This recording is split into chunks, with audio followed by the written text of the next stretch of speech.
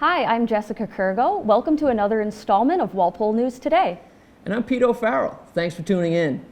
Election season is in full swing here in Walpole, where over 100 RTM seats are up for grabs due to redistricting prompted by the 2020 census. All RTMs serving in precincts 2, 3, 4, 5, and 6 are required to run for re-election within their newly adjusted precinct. Additional information regarding Walpole's upcoming June 4th election can be found on the town clerk's website. The Finance Committee has held several meetings in recent weeks to discuss and vote on various budget breakdowns in the 2022 Town Warrant. I'm optimistic that I can still find funding, but I think definitely there should be a line item for mental health because I think the need is there. It seems like this intermunicipal agreement's just not kind of panning out the way we expected. $125,000, that's more than we're paying our IT director for an animal control officer. I guess I'm really struggling with why aren't we putting more in? I mean, we know this is a huge obligation. That's a busy intersection with some kids crossing the street there, and also anticipation of the new middle school project. We'd like to add one more crossing guard there. So that would explain the increase. Their number is about $6,100 per for their salary. For a total of $1,303,000. There'll be additional 12.5 positions are requested to meet the needs of Walpole Public School District. Are they must-haves? Are they wants? Now, Brian, you know I'm going to say they're must-haves. They are must-haves. It's so we can reach all learners, close our gaps. It aligns with our plans, our strategic plans, our goals.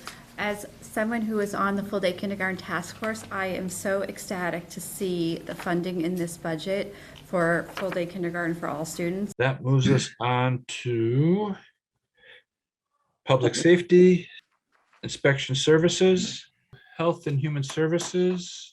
I would entertain a motion for action on culture and recreation. I'll entertain a motion for action on building maintenance.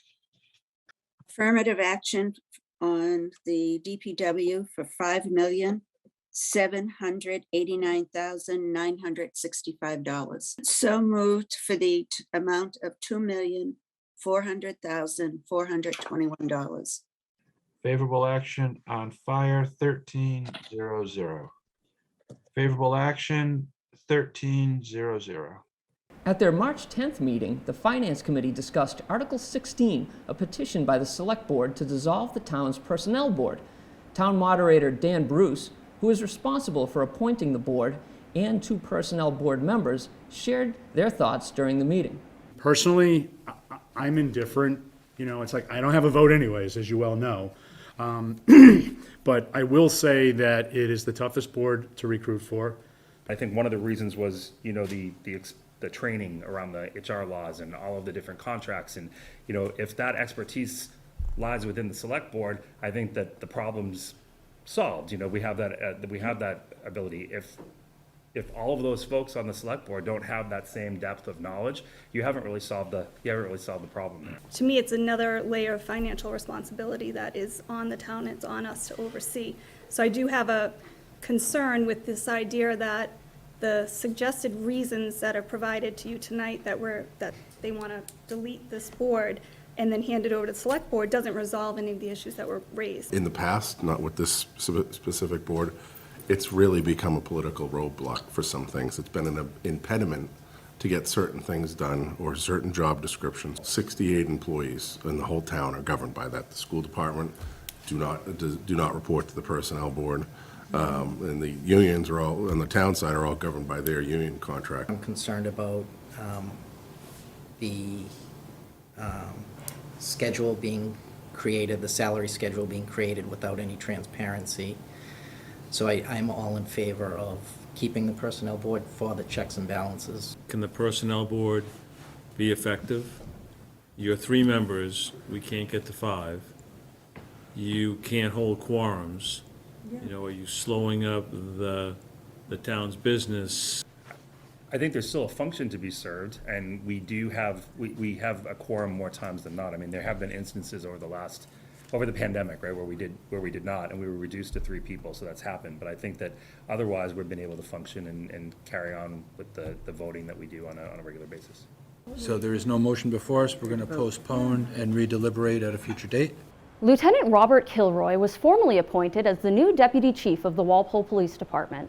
The Select Board voted unanimously for the 23-year law enforcement veteran at their March 1st meeting. Kilroy was the dominant of 3 candidates to participate in an assessment center for the position, according to a statement made by Chief Kelleher to the board. Deputy Chief Kilroy's badge was pinned by his wife, Carrie, who is an officer with the Foxborough Police Department, and their 2 children. During the same meeting, Chief Kelleher told the Select Board that the police department will need to hire a full-time mental health clinician after the department received 600 mental health-related calls in 2021. We finished 2021 with over 600 mental health-related calls. We average about 40 to 50 calls per month, which is, we're on pace again this quarter, again with those type of calls. We are in the process of, as I've been before you before, with the clinician, mental health clinician. We're looking to get. We've had some great conversations with advocates as well as with Riverside Community Care, who is in our area of service. So we're working closely with them. They've analyzed our data on mental health related calls, and they've determined that we have more than enough need for a full-time clinician. So we don't have to share one with another agency. There'll be a full-time clinician here within our department, 40 hours a week. They'll work out of our station and ride with our officers and respond to calls related to mental health related or crisis and those things of that nature. So that's a huge development for us. Lieutenant White, who's around here somewhere, is actively applying for that grant through DMH. Once that funding is determined, we'll work jointly with Riverside to hire that individual to make sure it's a good fit for our agency and our needs. So again, it's still kind of progressing, but we're definitely going in the right direction with that, and we're hoping in the next several months we can get some real progress on that front. They will also help with our overdose outreach as well, which is our detectives are doing that now. So that'll be a big help as well to reach out to people that are suffering from substance use disorder. The Board of Health voted to adopt a new set of body art regulations concerning the semi-permanent makeup procedure known as microblading. Public Health Director Melissa Ranieri outlined the new regulation at the board's February 15th meeting. I was recently approached by an individual looking to do microblading, so I'm not sure it's a newer concept if you are familiar with it. So it's somewhat along the lines of like a permanent makeup. A lot of times people will do it for like their eyebrows. They might do a makeup like an eyeliner, things like that. So our body art regulations do incorporate any microblading. I think just like tightening up our regulations is important. And then the main component is that practitioner training and practitioner experience. So originally it was just practitioner training, and now we've actually added in that component of experience. The health department will hold a series of COVID-19 vaccination clinics on Tuesdays from 3 to 5 p.m. and Thursdays from 4 to 6 p.m. in the Old Town Hall. More information on the clinics and the registration link can be found on the town's website. Lisa Osborne, the head of the Walpole School's World Language Department, provided a curriculum update at the March 3rd school committee meeting. Here's more. Our goal in our department is to make sure that our courses align as much as possible with these proficiency marks, so that if we have a student in Spanish 3, our goal is to get them to either intermediate mid or intermediate high, again, based on what kids are able to do. Every day we have students that are answering questions or asking questions, role play, games in the target language, use of the language lab, common assessments that have to do with speaking tasks. And again, our students graduate very strong in communication, speaking, and writing. Students who go on to study in college often contact us and say, I'm the star of the class, do you believe it? And I say, yes, I do, but they're surprised at how strong their language skills are when they go off to college. A community forum on the new middle school building was held on March 9th to answer questions and share the latest design updates. Here's more from the forum. We have teacher connectivity pathways, so you see some various symbols that say AV on the plans. Those are AV boxes and conduits that will be used to connect devices in the front and the rear of the classroom to the projector, which will be mounted above a marker board front and center of the teaching wall there. So there'll be an enhanced audio system in every classroom that will serve 2 purposes. The primary purpose is to elevate the teacher's voice and a student's voice. So there'll be 2 microphones per classroom, wireless microphones. And then in time, we'll take the audio feed out from the projector and connect it to that enhanced audio system. At their March 2nd meeting, the Zoning Board of Appeals discussed a mediated revision to the comprehensive permit application for Wall Street Development Corporation, which the board previously denied due to safety concerns. The proposed 40B project consists of 8 housing units at the end of Dupy Street. The hearing was eventually postponed until March 16th. Later that same meeting, the board voted to extend a continued hearing for a special permit to allow a 3-story, 10-unit mixed-use residential building with a retail space within a business district. Based on feedback from the board, the applicant is now proposing 8 2-bedroom units and 2 1-bedroom units. The Master Plan Steering Committee recently completed the Vision and Goals process and is now working to analyze an inventory and assessment report developed by the committee's third-party consultant, the Vera Planning Group. A community forum for public input on the inventory and assessment report will be held on April 27th. The first draft of the plan is due on August 31st. We immerse ourselves in all that we've heard, and then we try to understand the frequency that things are said, the intensity in which they are said, and where most people seem to come together in agreement.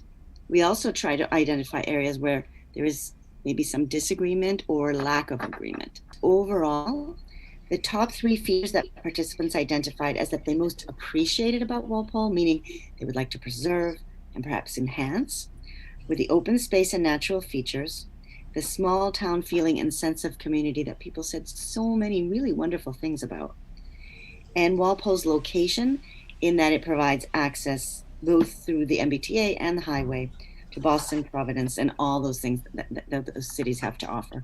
Employment opportunities, cultural activity, recreation.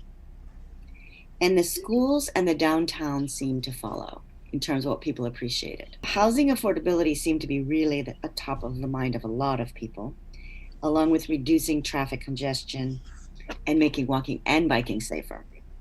Recognizing an opportunity to put his old running sneakers to good use, Dylan Bent, a sophomore at Walpole High School, launched a community-wide shoe drive for Soles for Souls, a nonprofit organization that distributes secondhand clothing to those in need. I thought this would be a perfect way to help the community, since I go through tons of pairs of shoes being a runner. My running shoes, they get worn out from running, but they could also be used to help other people that don't have shoes. I've gotten probably close to 500 pairs of shoes so far that I've boxed up, and I've gotten a bunch of others that I haven't boxed up yet, but probably close to 900 pairs so far, and I'm hoping to keep going for at least another month. Gently used and new would be preferred.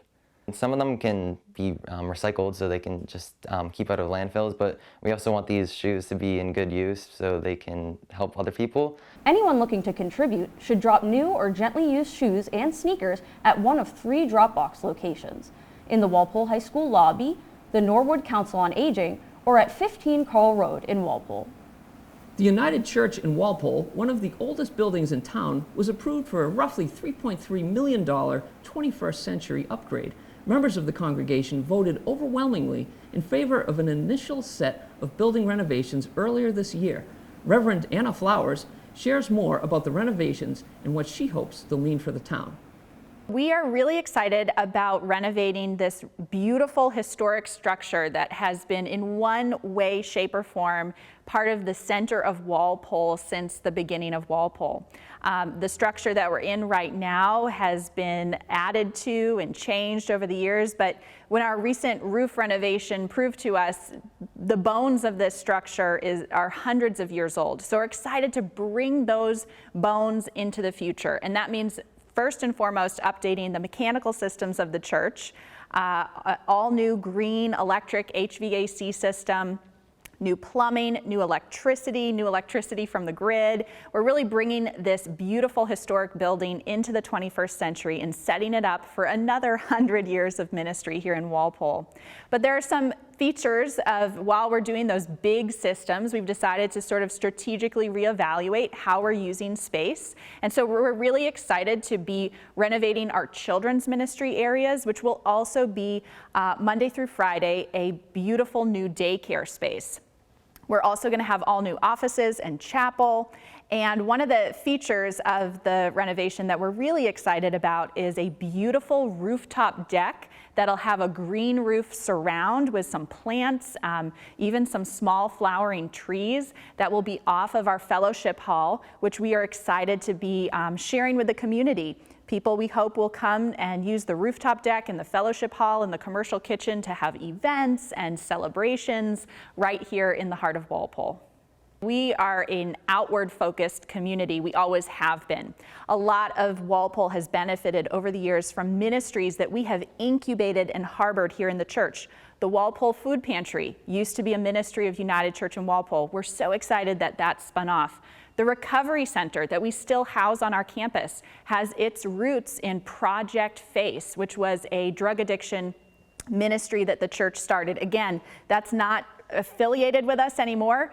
We're so happy that that has launched and is its own thing. So we're excited about what we might be able to incubate and grow here in our community. That's going to be a blessing for the whole community. At the same time, we're just excited also for just the churchy things that we'll get to do, and the worship services and the baptisms and the weddings and the funerals and all of these beautiful life events that we get to host here in our church. We're excited to continue to do that in this beautiful new space. After 11 years in office, Massachusetts State Auditor Suzanne Bump will not seek re-election this November. I sat down with Auditor Bump to discuss her career and to learn more about the office of the State Auditor. Here's more from that interview. For those of us who don't know, can you start by telling us about what the office of the State Auditor does? Well, certainly. Thanks for the opening question, Jessica. So I am a constitutional officer. So I am part of the executive branch of government, like the governor, treasurer, etc. I run for the position every 4 years. The role was created back in the middle of the 19th century, 1848, as a matter of fact.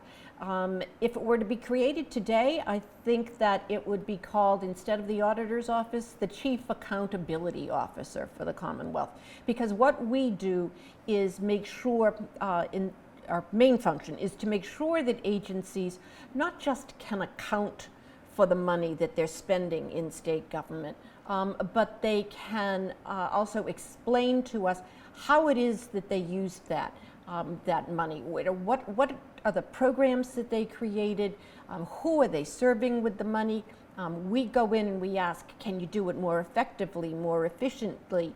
Are you really meeting the mission of your agency as it was laid out in the law? And are all people in the Commonwealth getting equal access to the benefits of the programs that state government creates? So that's why I say it's about accountability. It's how did you spend the money, but what did we get for it, and how might we do it better, so that we can save taxpayers money and deliver better service. That's mostly what the office does. We also have a bureau, though, of special investigations, which investigates public assistance fraud, whether it's food stamps or daycare vouchers or the state's Medicaid program known as Mass Health. We want to make sure that only people eligible for those benefits are gaining access to them. And then the other important thing that we do is we run the Division of Local Mandates, which really is sort of an advocacy within state government for local government, because we make sure that if the legislature passes a law that puts new requirements on cities and towns, that they are funding it if that's what the law calls for. I was in the legislature years ago. I know that sometimes we have all these great ideas that we just want to tell cities and towns to implement, but it takes money. We have an obligation to fund our great ideas. And now it's time for Downtown Rick Brown with an update on Walpole High School sports. Rick! Good afternoon, ladies and gentlemen, boys and girls, and all the ships at sea. My name is Rick Brown, your voice of Walpole High Sports, with a roundup of winter sports activities here at Walpole High.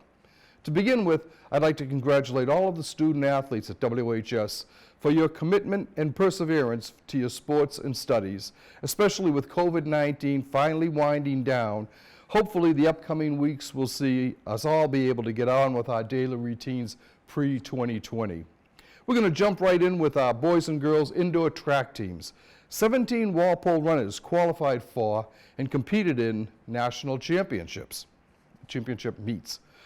In the New Balance Nationals at the Armory Track in New York, senior Nolan Beauregard finished 18th in the championship 60-meter hurdles, while Maggie Mahoney was 62nd in the Rising Stars 200 meters.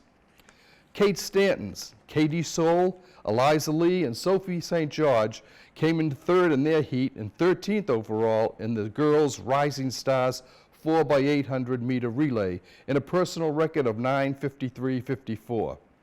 In the same race for the boys, Bobby Millette, Scott Cameron, Sam Alosi, and Sean Kerrin finished 16th. The Rising Stars 4x400 meter relay broke the school record for the third time this winter, with Molly Mahoney, Lainey DeMartinez, Maddie Grogan, and Maggie Mahoney finishing 22nd in 4:12.96. Then, in the Nike Nationals at Ocean Breeze, Staten Island, New York, Sophie St. George raced to a 13th place finish in the Emerging Elite Mile. Finally, at the same event, Walpole's Emerging Elite 4x200 meter relay of Kara King, Lindsay Tashjian, Mary Feener, and Sarah Schmidt finished 31st. And let's not forget this. This was against high schoolers from across the entire United States. In the Bay State Conference dual meets, the Timberwolf boys were 3-2, while the girls were 4-1 and the Herget Division champions. Both teams also placed a trio of runners on the BSC All-Stars.